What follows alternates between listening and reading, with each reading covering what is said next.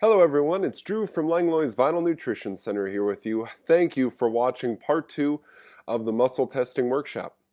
In this video, what we're going to do is demonstrate some muscle testing, and I'm going to show you a way that people use muscle testing that often provides an accurate outcome, but it's still not a way that I recommend people use muscle testing. Now, after the demonstration, there are some questions and answers, and I think that might be the best part of this video. So thank you for watching, and I hope you enjoy. Thank you. Hey. Kathy, everybody. Kathy, everybody. All right, who wants to be the next victim? Demonstrator. Or we need to test more. Yeah, we're going to test more. Come on up. I can't tell you. Yeah. This is good, because this gentleman is not one of my clients. We run the building. Well, sort of. Sort of. He runs the building. He makes sure the reason the lights are on right now is because of this guy. Yeah. So, have you Hopefully ever... they don't go off. Have you ever been muscle tested before? Never. Cool. No. So we're going to look for a locked muscle first. Okay. So give me a straight arm.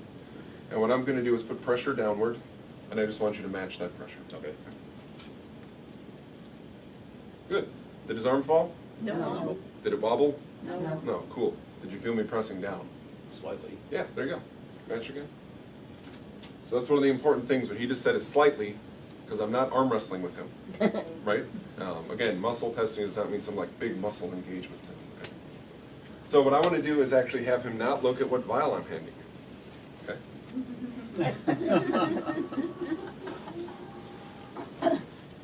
Match my pressure. What happened to your arm? Why? Am I pressing significantly harder? No. Okay, without looking, hand me the vial. We're going to switch it.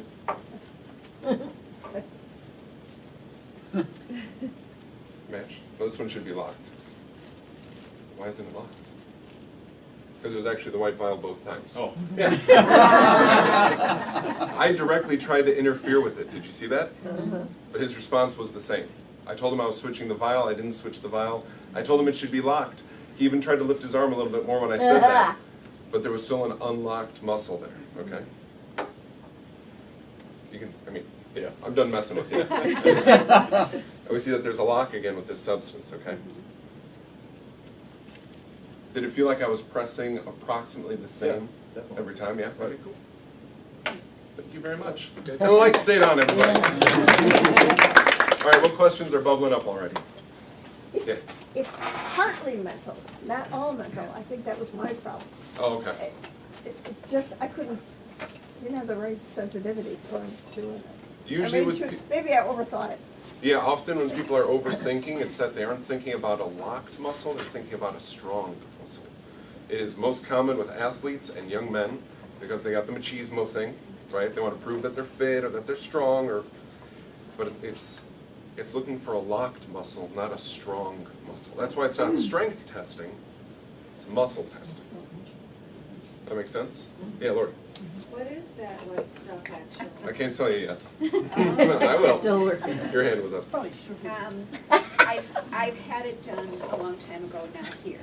I've only had it done with supplement materials, but it's possible to do it with food as well? Absolutely, you can do it. The question was, she's only had muscle testing done with supplements. Can you do it with food?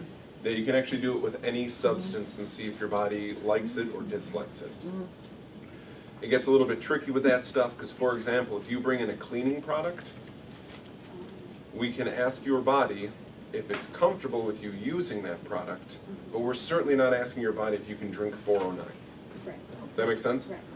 And that's where it gets a little bit dicey sometimes. People will bring in clothing items like a bra with an underwire versus a bra without an underwire to see which one suits their body better. And if you have questions about why you wouldn't wear an underwire bra, write down the book, Dressed to Kill. It's a study of how clothes often damage the functioning of the human body. Dressed to Kill. It's a great book. It's like $6 on Amazon. But again, we're not asking your body if it wants to eat a bra. Right? But we're asking if it'll jive with it. If in the way it's supposed to be used. Right. Right? Can your nervous system interact with this safely? So that's why some people still test well on their cell phones, because their cell phones, even though we know they pump out all sorts of radiation, they aren't affecting the body strongly enough that the body says stop using your iPhone.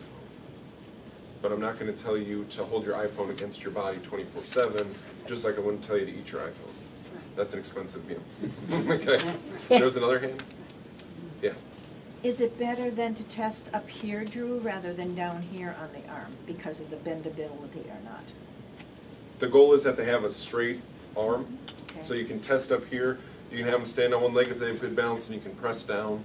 You can have them lay down and lift up their legs straight and press down on that, because then you're checking that muscle. You can muscle test any muscle. You could use their neck and press against the side of their head if you wanted to. Now, I use the arm standing, and I press above the wrist, but not on the wrist joint, because that would be cheating. And that's what's always worked for me. If somebody is standing there with their arm bent like this, then we start to get into this weird stuff. So I always make sure the person has a straight arm, like Kathy did, like Mike did. Your name is Mike, right? Yeah. Good. Yeah. Two questions. One is if you had a bottle of mercury, does that literally test bad for every human? Every time I've ever held mercury and muscle tested someone, which truthfully is only probably half a dozen times, it tested poorly all half dozen times. And can you use muscle testing to determine if you're a senior and thinking about moving south? I love that. That's one of the things I wanted to address. People have often tried to use muscle testing like a crystal ball to see into the future. All right, and I'll demonstrate some of that for you right now, okay? Because I don't believe that it's totally accurate. Who wants to be my next volunteer? Yeah? Come on up, Kevin.